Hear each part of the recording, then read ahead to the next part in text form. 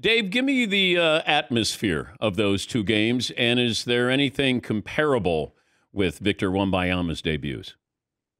Well, Friday was off the charts. I would say 2-3 hours before tip-off, you had Thomas and Mack Center, which is on UNLV's campus, was already about 90% full. And it ended up being this excellent crowd for Jabari Smith Jr. and the Houston Rockets to pull off a last-second win against the Portland Trailblazers. You had I was talking to Brent Barry, who you guys remember. Brent was a dunk contest champion, a longtime NBA player. He works for the Spurs front office, and he's like, Victor has Kareem Abdul-Jabbar sitting on one baseline to watch his debut, Jerry West on the other. He's like, my summer league debut in Long Beach wasn't anything like that. And it was just teeming with, the glitterati of the NBA. You look one place, there's Jason Beverly Hills, the guy who makes the championship rings for everybody. Look somewhere else, you have Jeff Hamilton, the guy who makes those leather gaudy jackets that the champions wear.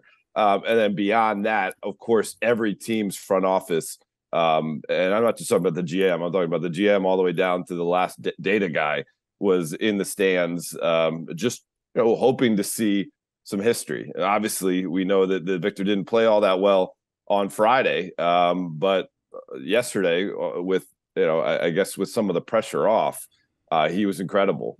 27 points, 12 rebounds, 3 block shots, led a comeback by the Spurs late in that game. Hits a 3-pointer when they're down 4 with about 2 minutes to go to cut it to 1, and the roof was ready to come off the building. And Victor's gonna now shut it down for the remainder of the summer league, and now he has that to mull on, that really strong performance to give him confidence going into training camp. Yeah, people overreacted on Friday, and they're probably overreacting on Sunday. And I'm just looking for what I think is sustainable. I think what he does on the defensive end is going to be impactful right away. Offensively, it looked like he takes off balance jumpers, like he's still not quite sure.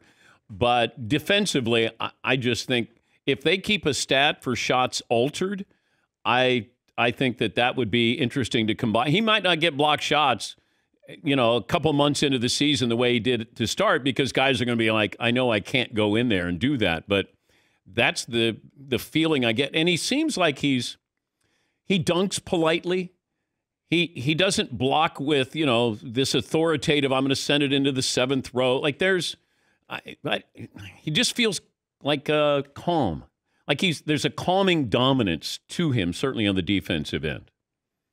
Well, Jerry West did an interview and compared him to Bill Russell, and obviously that's the greatest winner in NBA history.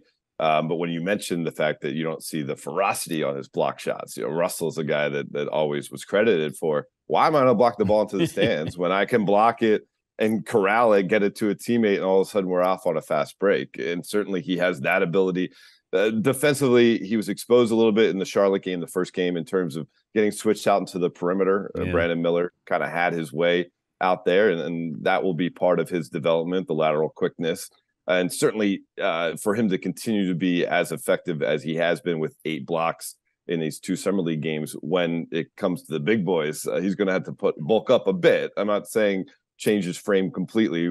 Back in the day, Kevin Durant, people said, well, you can only, rep 225 pounds with the bench press that many times. Isn't that a problem? No, and clearly it hasn't been. But just the overall strengthening of his body will help him, because he's going to be bounced around a lot. And I think at some point he's going to be targeted by some of these veteran teams, because they recognize, whether, I don't know if jealousy is the right word, but the hype train is coming 100 miles per hour with this guy. And he's not quite a fully formed product yet. Yeah, but I wonder, who's going at him and where are they going at him? If they do switches, well, he does have that wingspan that even if you're, I'm 4 feet away from you, I can still affect your shot. He won't have the quickness to stay with these guards. But, I watched that with Joel Embiid in the NBA playoffs. He got abused by Jason Tatum on the perimeter. It happens to these guys. But none of those guys has the wingspan that Victor Wembanyama. He might get switched out, but he's gonna affect some shots out there. And he also said, I don't need to bulk up.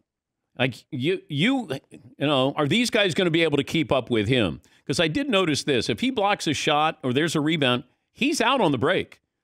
Like he goes, he's ready to go, and I want to see if these big men are able to go when he goes as well. So he does have strengths, but you know they all have weaknesses as well. He has those long strides, and the court awareness is already there, certainly on the defensive end, but even offensively.